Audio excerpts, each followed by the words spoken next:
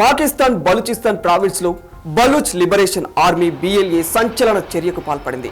బలూచ్ రాజధాని క్వెట్టా నుంచి ఖైబర్ పఖ్తుంఖ్వా రాజధాని పెషావర్ వరకు వెళ్తున్న జాఫర్ ఎక్స్ప్రెస్ రైలుని హైజాక్ చేశారు.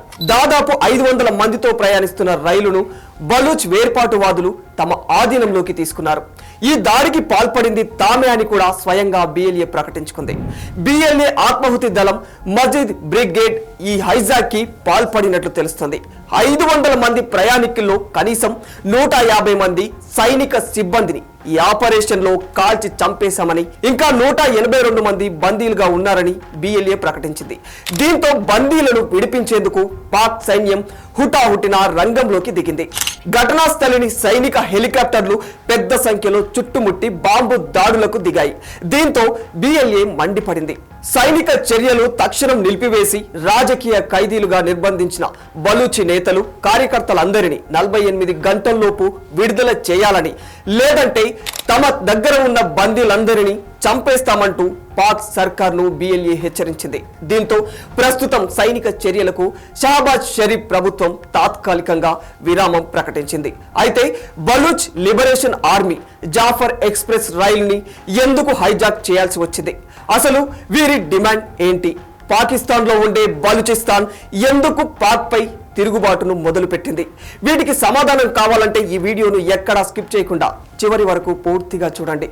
ఇక వివరాల్లోకి వెళితే, నిజానికి బలూచిస్తాన్ వివాదం పాకిస్తాన్ ఇండియా విభజన తర్వాత ప్రారంభమైంది. స్వయం ప్రతిపత్తి కలిగిన ఏ రాష్ట్రాలు అయినా రెండు దేశాల్లో ఇష్టం ఉంటే చేరవచ్చు లేదా స్వతంత్రంగా ఉండవచ్చు అని బ్రిటిష్ వారు ఆఫర్ ఇచ్చిన సంగతి తెలిసిందే. అయితే 1948లో పాకిస్తాన్ స్వయం ప్రతిపత్తి కలిగిన బలూచ్ రాష్ట్రమైన కలాత్ ని స్వాధీనం చేసుకుంది. పాకిస్తాన్ సైన్యం బలూచ్ భూభాగంలోకి ప్రవేశించి ఒత్తిడి తీసుకురావడంతో 1948 మార్చి 27న అహ్మద్ యార్ ఖాన్ విలీన పత్రంపై బలవంతంగా సంతకం చేయాల్సి వచ్చింది. అప్పటి నుంచి అక్కడి జాతీయవాదులు తిరుగుబాటు చేస్తూనే ఉన్నారు. విభజన సమయంలో బలూచిస్తాన్లోని అతిపెద్ద రాచరిక రాష్ట్రమైన ఖాన్ ఆఫ్ కలాత్ భారత్ లో చేరాలని కోరుకుంది. ఆ తర్వాత జిన్నా సమక్షంలో బలవంతంగా బలూచిస్తాన్లోని కలాత్, మక్రాన్, లస్ బెలా, కరాన్ చేరాల్సి వచ్చింది. ఈ నేపథ్యంలో 2000 సంవత్సరంలో పుట్టిందే బలూచ్ లిబరేషన్ ఆర్మీ BLA. సహజ వనరులను కాపాడుకొని గ్రేట్ బలూచిస్తాన్ ఏర్పాటు చేసుకోవాలన్నది వీరి లక్ష్యం.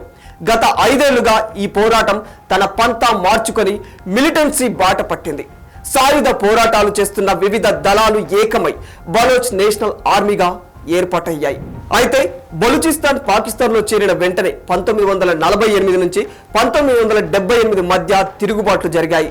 1973లో అప్పటి పాక్ ప్రధాని జుల్ఫికర్ అలీ భుట్టో బలూచిస్తాన్ ప్రాంతీయ ప్రభుత్వాన్ని రద్దు చేసి సైనిక చర్యలకు ఆదేశించాడు. దీంతో ఈ ప్రాంతం అట్టుడికిపోయింది. 2005లో సూయి పట్టణానికి చెందిన వైద్యురాలు సాజియా ఖలీద్ అత్యాచారంతో మరోసారి బలూచ్ రగిలిపోయింది. అప్పటి అధ్యక్షుడు ముషారఫ్ ఈ అత్యాచారం చేసిన వ్యక్తిని నిర్దోషిగా ప్రకటించాడు.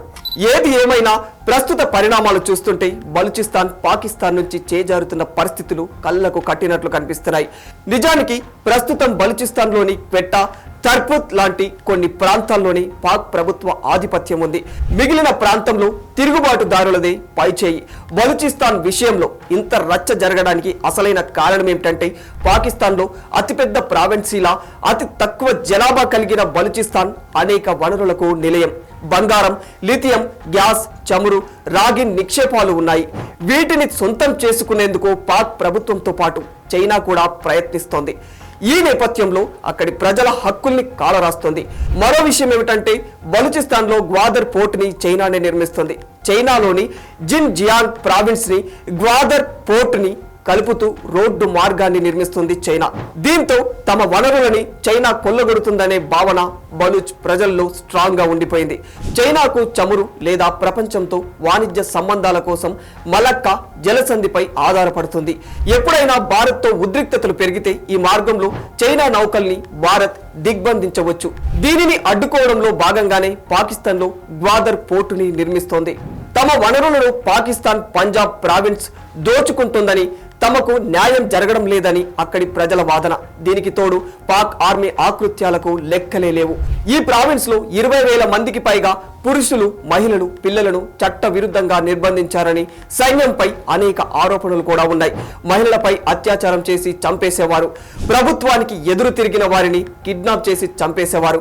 కొన్ని సందర్భాల్లో గోళ్లు పీకేసిన, తలలలో రంధ్రాలు ఉన్న మృతదేహాలు దొరికాయంటే బలూచిస్తాన్పై పాక్ ప్రభుత్వ అరాచకం ఎలాంటిదో అర్థం చేసుకోవచ్చు.